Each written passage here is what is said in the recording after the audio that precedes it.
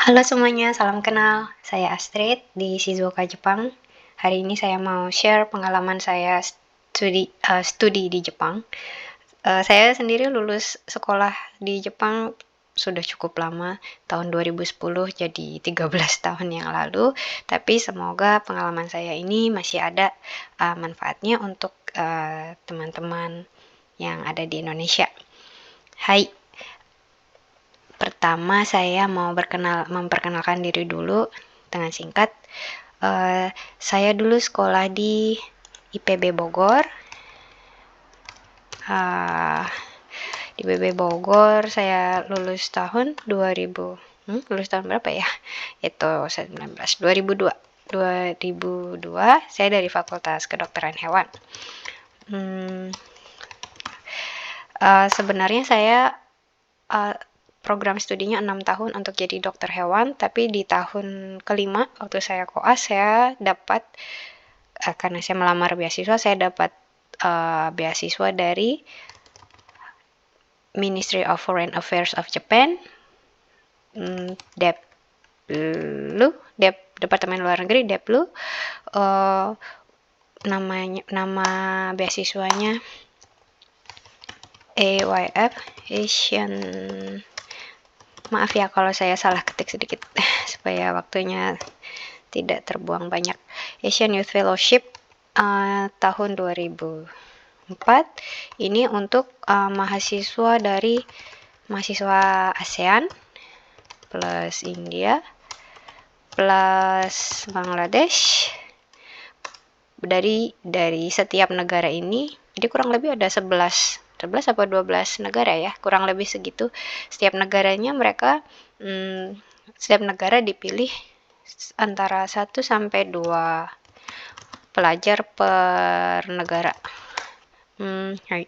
Jadi saya ada 2 orang dari Indonesia dan salah satunya adalah saya. Jadi mahasiswa ini dikumpulkan di Kuala Lumpur, Malaysia selama 14 tahun. Kita belajar bersama-sama di salah satu sekolah di Kuala Lumpur. Ini belajar bahasa Jepang. Jadi program ini disiapkan untuk mahasiswa yang berencana melanjutkan program S2, Master atau S3 Dokter di Jepang. Tapi syaratnya kita harus lulus N2 untuk JLPT-nya, bahasa Jepang. Nanti akan saya terangkan sedikit lebih detail lagi tentang bagian ini ya. Jadi 14 tahun ini dari Senin sampai Jumat itu 18 jam per hari, full bahasa Jepang dan nggak boleh pakai bahasa Inggris sama sekali. Senseinya juga semua orang Jepang. Jadi dibagi dalam 2 kelas mahasiswa ini, dan dalam satu kelas tidak ada yang dari negara yang sama. Jadi saya dan teman saya dari Indonesia tuh selalu beda kelas sepanjang tahun, nggak pernah satu kelas sama sekali. Tujuannya adalah untuk mencegah berkomunikasi dalam bahasa ibu. Ya, jadi ini juga masa dalam sekitar 14 tahun ya, 14 bulan. 14 bulan. Dalam 14 bulan ini benar-benar dari bahasa Jepang yang tingkat pemula dari 0 sampai targetnya N2. Ya, jadi itu persiapannya. Lalu di sekitar 1 bulan sebelum program bahasa Jepang ini selesai, kita mengambil tes. Kalau di Indonesia dulu, saya nggak tahu namanya sekarang, dulu namanya UMPTN ya di Indonesia. Jadi entrance exam di Jepang, di Universitas Jepang, selama sekitar 3 hari. Jadi dari Malaysia, untuk saya dulu di Tohoku University di Sendai di Jepang Utara.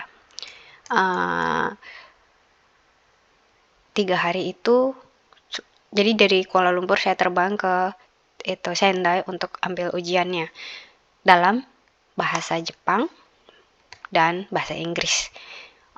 Jadi ada tes tertulis plus interview.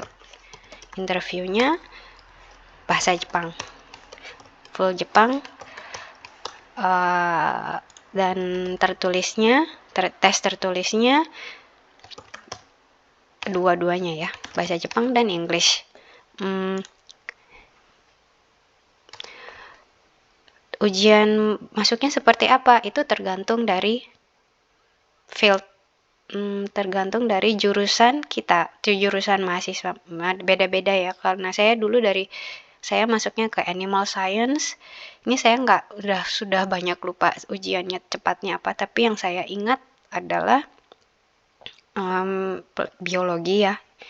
Untuk saya biologi, lalu apa lagi? Utamanya biologi, lalu ada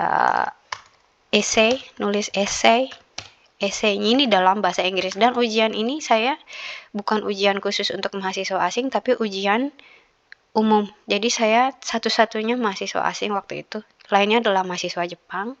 Tapi memang kertas soal yang diberikan ke saya ini sedikit bedanya adalah yang di biologi ini. Karena waktu saya datang ke Jepang ini pertama kalinya ini, saya belum menguasai sama sekali istilah teknik ya, istilah yang spesifik untuk biologi.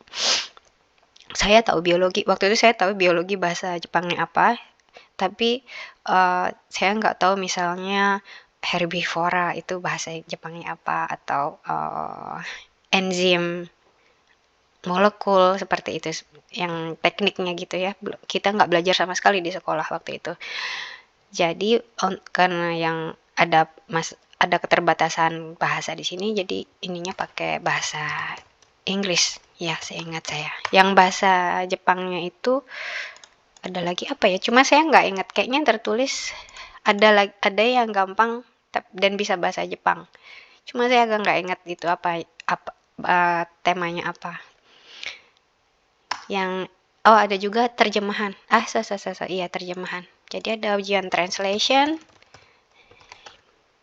dari Jepang ke Inggris, Inggris ke Jepang. Translation ini yang ada kayak semacam kalimat pendek gitu ya, tentang bidangnya masing-masing, tentang bidang. Untuk saya ini biologi.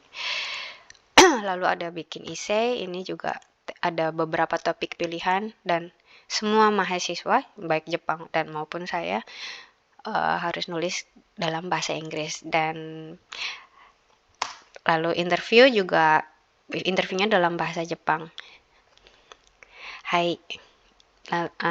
Itu proses ujiannya.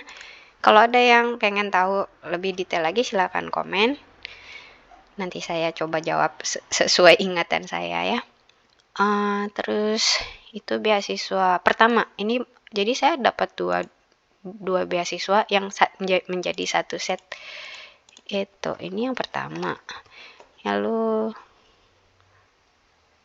yang kedua, beasiswa keduanya ini dari Mombusho Max, Mombuko Gakusho. Nah, kita bilangnya kalau pendeknya Mombusho ya. Mombusho. Ini setelah ujian itu kita lulus, setelah tahu kalau lulus, berikutnya melamar ke Mombusho, tapi karena sudah satu set, jadi asal ujiannya lulus pasti dapat beasiswa Mombusho ini. Jadi pertama saya dapat untuk S2 Master. Seandainya waktu itu tidak lulus ujiannya, saya tetap mahasiswa, ya misalnya seandainya saya tidak lulus, saya tetap ke Jepang, tapi statusnya adalah sebagai research student. Research student ini tidak ngambil kuliah, tidak ada kredit kuliah, tapi statusnya seperti menunggu untuk ujian di term berikutnya, tetap dapat beasiswa.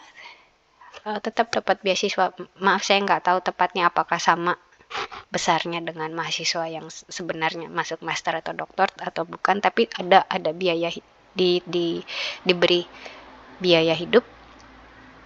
dan tetap melakukan research di lab walaupun nggak ada kredit kuliahnya ya. Jadi karena saya lulus ujiannya, saya langsung masuk ke S2, dan di S2 ini kerjanya adalah kuliah plus research. Tapi kalau saya, untuk pengalaman saya mungkin 70% research, 30% kuliah. Dan kalau udah research berarti kan tulis paper juga. Nulis paper untuk hasil researchnya ya. Hai, lalu standar 2 tahun lulus S2. Hai, jadi setelah saya lulus S2, saya lanjut ke S3. Ini pun juga sama, kuliah research paper, tapi mainnya adalah research. Sama dengan S2 isinya ya. Ya, lalu ini beasiswanya. Oh, dan ini saya sambil ngomong sambil teringat, di tengah-tengah kalau antara mungkin S2 atau S3 saya dapat beasiswa lagi dari Lions Club kalau nggak salah namanya. Ini semacam, mungkin ada yang tahu beasiswa kayak Rotary Club, ya ada organisasi gitu, organisasi semacam pemilik perusahaan yang besar atau yang ya orang yang berkemampuan finansial tinggi, mereka punya klub gitu, dan mereka suka ngasih beasiswa untuk mahasiswa-mahasiswa. Jadi salah satunya saya dapat itu. Jadi saya kayak semacam dapat double beasiswa dari Mambu Show dan dari Lions Club ini. Besarnya nggak terlalu besar, tapi ya lumayan bisa untuk menambah ini ya, beli untuk beli buku atau beli apalah gitu untuk keperluan sehari-hari. Hai, itu beasiswanya. Lalu bahasa, maaf ya saya pindah ke sini sekarang. Untuk bahasa yang dipakai adalah 99% bahasa Jepang. Kenapa? Pertama, karena saya sudah bisa bahasa Jepang, walaupun tidak sempurna, tapi karena saya sudah bisa bahasa Jepang, saya pakai bahasa Jepang, dan karena orang Jepang pun tidak segitunya pakai bahasa Inggris. Kalau Anda masuk universitas di Jepang, kebanyakan sensei, profesor, bisa bahasa Inggris. Tapi untuk mahasiswanya belum tentu. Kalau Anda perlu bayangan angkanya, anggap aja sekitar 80% kemungkinannya mahasiswanya nggak bisa bahasa Inggris. Mereka bisa mungkin baca tertulis, misalnya Anda tunjukkan buku, mereka mungkin tahu artinya apa, tapi kalau Anda ajak ngobrol, misalnya, oh gimana menurut kamu ini hasil penelitian yang researcher ini, saya agak nggak percaya nih sama data ini atau gimana, terus Anda misalnya nanya ke mereka dalam bahasa Inggris gitu, kalau pengalaman saya ya bahkan mungkin kemungkinan 90% mereka agak kesusahan untuk bahasa Inggrisnya. Jadi inilah kenapa sangat penting untuk mampu bahasa Jepang kalau Anda berniat studi ke Jepang. Seperti yang saya bilang tadi, waktu saya datang ke Jepang tuh kemampuan bahasa Jepang saya masih N2, dan itu untuk keperluan sehari-hari ya. Misalnya untuk nanya, misalnya kita hilang di jalan gitu, mau nanya jalan atau menanya harga, bisa untuk yang lebih complicated ya situasinya bisa juga, tapi untuk yang technical terms gitu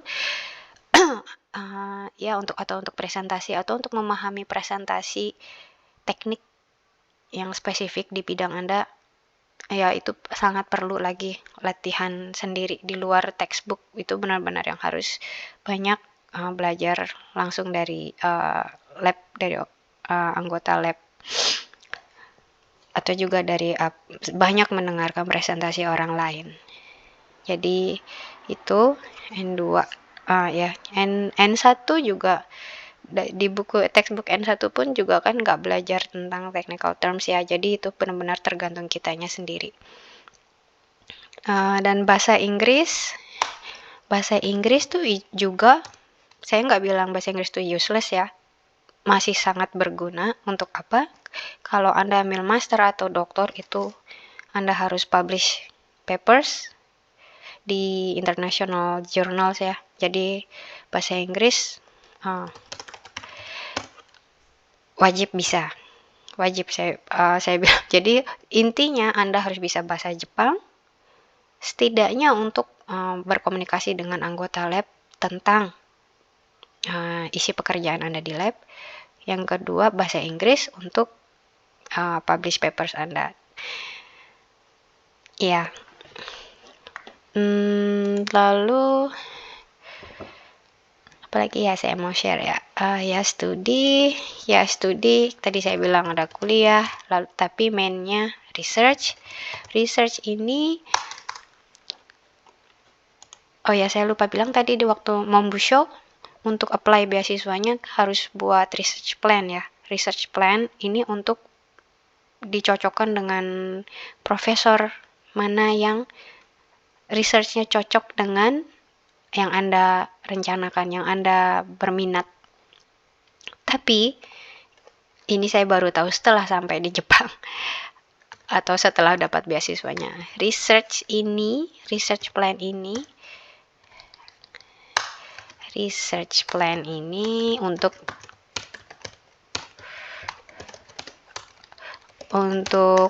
menemukan lab profesor. Tapi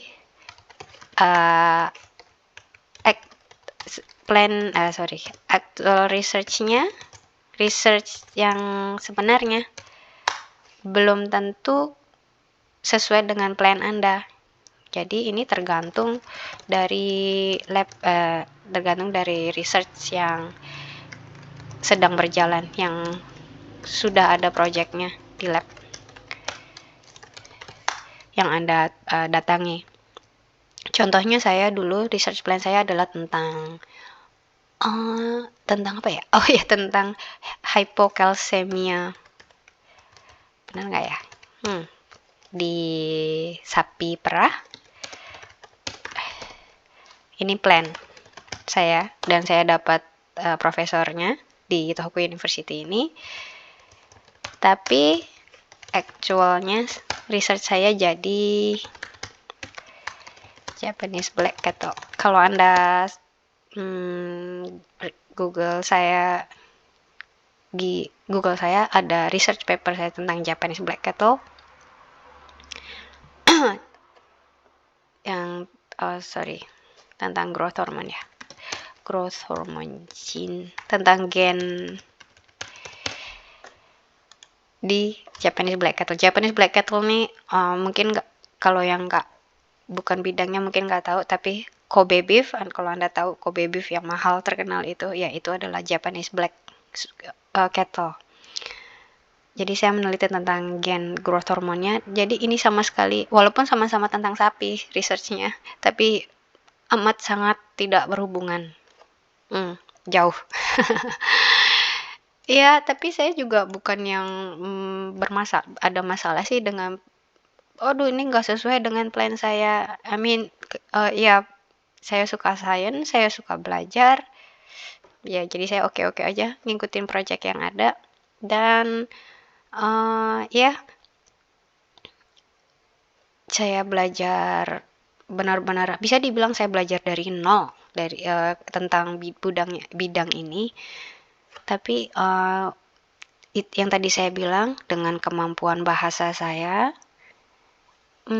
ya saya bisa mengerjakan researchnya. Menurut saya cukup baik ya, dan hasilnya juga cepat keluar. Jadi dalam saya sekolah master dan doktor 5 tahun straight ini, saya publish sekitar 4-5 papers. Dari lulus master saya udah publish 2 kan, 1 mungkin satu, mungkin dua, saya agak-agak lupa karena ada yang di tengah-tengah proses transisi master dan doktor ini saya publish, jadi agak nggak ingat ngitungnya gimana. Jadi kalau seandainya saya nggak bisa bahasa Jepang sama sekali dan saya juga nggak berusaha memahami ya, atau nggak berusaha belajar, mungkin di proses sehari-harinya ini akan terasa berat sekali menjalaninya, apalagi untuk lulusnya ya. Ini saya bukan bilang ini ya, kan ada banyak yang mahasiswa asing yang udah datang tapi kemampuan Jepangnya nol. Dan saya juga lihat ada mahasiswa asing lainnya, baik bukan Indonesia juga banyak, itu ya sangat susah untuk menjalaninya karena mereka tersendat-sendat sekali. Bagaimana nih cara pakai alat labnya, bagaimana cara ngikuti atau daftar kuliahnya atau segala macam. Pasti akan dibantu. Orang Jepang baik, baik, baik. Kebanyakan baik-baik semuanya. Tapi walaupun sudah dibantu pun proses dibantunya ini juga kan makan waktu ya. Nggak cuma makan waktu kita sendiri, tapi juga orang yang membantu. Jadi sama-sama jadi pelan gitu pace-nya, kerjanya. Jadi itu dia saran saya kalau ada yang berniat studi di Jepang, at least Anda bisa N3, itu menurut saya udah cukup untuk bisa start mengerjakan apapun di Jepang. Sisanya bisa dipelajari di Jepang, pasti akan langsung cepat ininya, improve-nya. Hai, terus itu studi saya. Kerja part time. Ini sangat umum, mahasiswa atau murid mungkin dari SMA sudah boleh. Secara hukum di Jepang, seingat saya dari SMP juga udah boleh, asal jamnya bukan yang tengah malam atau jam malam gitu. Tapi kalau sudah mahasiswa tengah malam juga boleh. Setahu saya misalnya kerja di Family Mart, Lawson gitu.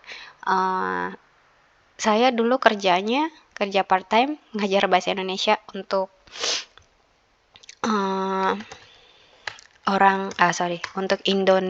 untuk sensei profesor di Tokyo University yang penelitiannya tentang candi di Indonesia. Itu yang pertama. Yang klien kedua saya, murid kedua saya dulu adalah pengusaha di Jepang yang bisnisnya mengimpor furniture dari Bali. Jadi saya waktu itu semacam penerjemah. Selain ngajar basic bahasa Indonesia, juga menerjemahkan dia, kayak misalnya dia perlu reservasi hotel di Bali atau dia perlu request sesuatu ke pengrajin di Bali. Oh, saya mau mejanya warnanya coklat misalnya, atau mau ukirannya yang model ABC atau semacam itu. Ya, itu. Lalu saya juga nari, karena kebetulan saya bisa nari Bali. Saya bergabung dengan klub nari Bali yang guru tari Balinya adalah orang Jepang, murid tari Balinya juga semua orang Jepang. Cuma saya yang orang Indonesia dan saya adalah muridnya, bukan gurunya. Dan kita kadang ada semacam performance gitu ya di department store kayak Mitsukoshi, ya semacam gitu, atau ada international festival. Dan walaupun ini nggak selalu ya, tapi kadang kita ini semacam part time job, kita dibayar misalnya per event atau per hari gitu. Ya, saya ingat sekali pernah performance nari Bali pasangan saya dengan ya teman orang Jepang. Saya nari cendrawasih di kebun binatang di Sendai. Ya, itu pengalaman yang menyenangkan. Dan iya, orang Jepang itu minatnya sangat tinggi dengan budaya luar termasuk Indonesia. Karena itu saya banyak kenal dengan ya orang Jepang yang pintar nari Bali, pintar gamelan. Saya aja nggak bisa gamelan, tapi ini adalah guru gamelan yang orang Jepang. Atau angklung. Saya pernah kerja di kantor dan salah satu teman kantor adalah hobinya adalah main angklung, jadi dia juga suka performance di event-event gitu. Semuanya orang Jepang, gurunya orang Jepang, muridnya orang Jepang. Dan dia cerita dia habis performance rasa sayangnya itu, saya nanya, tahu nggak artinya rasa sayangnya? Enggak, dia nggak tahu. Ya tapi mereka semua suka lah, walaupun nggak ngerti artinya, tapi mereka enjoy banget gitu, main angklungnya. Itu part time ya salah satunya. Ada banyak part time yang bisa dikerjakan oleh mahasiswa asing. Dan satu lagi contohnya, suami saya dulu adalah ngantar koran. Ngantar koran ini menurut saya, setahu saya ya, adalah part time yang paling berat. Berat dalam artian karena harus bangun jam 2 malam. Jam 2 malam ya. Lalu ke kantor korannya. Terus ngantar korannya itu, kalau suami saya dulu sekitar 150 rumah per hari. Jadi dia selesai kerja jam 5 pagi, 6 pagi sekitar itu. Tergantung cuacanya juga, kalau cuacanya baik ya bisa cepat pulang. Kalau kayak macam salju atau hujan terus gitu, lebih pelan lagi proses kerjanya. Dan kalau hujan atau salju itu kan korannya harus dibungkusin plastik satu-satu, itu lebih lama lagi. Lalu ya, tapi bayarannya memang paling tinggi koran ini. Dan saya ingat suami saya bilang kenapa dia milih nganter koran, ya selain bayarannya paling tinggi dan dia nggak perlu ngomong dengan siapa-siapa untuk kerjanya. Kalau kerjanya di part time, kerjanya di kayak macam kombini atau Family Mart, Lawson gitu kan, harus melayani tamu, harus ngomong ya. Atau kayak saya juga ngajar bahasa Indonesia misalnya, saya juga harus berkomunikasi ngomong. Cuma karena suami saya malas gitu ya harus ngobrol sama orang, jadi ngantar koran pagi-pagi gelap gulita itu yang paling cocok buat dia. Lalu setelah pulang jam 6, 7 dia tidur sebentar kalau bisa, kalau ada waktunya, sebelum pergi kuliah lagi jam 8 pagi gitu. Tiap hari. Seminggu liburnya 1 kali doang. Tapi bayarannya memang paling tinggi dibanding Aruba itu part time lain. Hai. Lalu ini proses ngelamar kerjanya, mungkin detailnya lain kali ya. Untuk singkatnya, jadi biasanya kalau di Indonesia setelah lulus baru nyari kerja, tapi kalau di Jepang sebelum lulus itu sudah melamar kerja. Harus sebelum lulus, pasti sebelum lulus melamar kerja. Misalnya kalau Anda S1 tingkat 3 itu udah melamar kerja. Kalau S2 sebelum naik tingkat 2 ya, sebelum naik tingkat 2. Kalau S3 sebelum naik tingkat 3 ya, jadi sekitar 1 tahun sebelum lulus, sebelum tingkat 3. Jadi intinya 1 tahun sebelum lulus itu, sekitar 1 tahun atau mungkin paling lama 6 bulan lah ya, sebelum lulus tuh sudah tahu akan kerja di mana, atau sudah tahu apakah diterima kerja atau ditolak kerjanya. Nah, biasanya yang kalau ambil master tingkat kedua atau sudah 6 bulan sebelum lulus belum tahu akan kerja di mana, belum dapat kerja gitu. Belum dapat kerja, mereka akan lanjut ke S3. Bukan karena mereka memang berminat ambil doktor, tapi untuk memperpanjang waktu mereka untuk mencari kerja. Itu benefitnya ya mereka. Pertama, mereka memperpanjang waktu untuk mencari kerja. Keduanya juga supaya di CV mereka nanti nggak ada gap. Kalau S2 mereka lulus dan masih nggak punya kerja, itu nanti kan walaupun mereka cari kerja, itu waktu yang setiap harinya bertumpuk-tumpuk, mungkin 2 bulan, 3 bulan, atau mungkin 1 tahun, itu kan nanti jadi kosong, nggak ada recordnya mereka ngapain. Jadi daripada kosong seperti itu, mereka ambil doktor. Setidaknya mereka ada. Walaupun akhirnya mungkin mereka berhenti doktor, masih dianggap masih lebih baik dibanding ada gap di CV-nya. Oke, udah 30 menitan untuk sekarang, segini dulu. Nanti saya lanjut lagi ya di kesempatan berikutnya untuk ngobrol-ngobrol seperti ini. Silahkan kalau ada yang pengen nanya-nanya atau pengen tahu tentang studi atau tinggal di Jepang seperti apa, silahkan komen aja ya. Oke, bye-bye. Have a great day.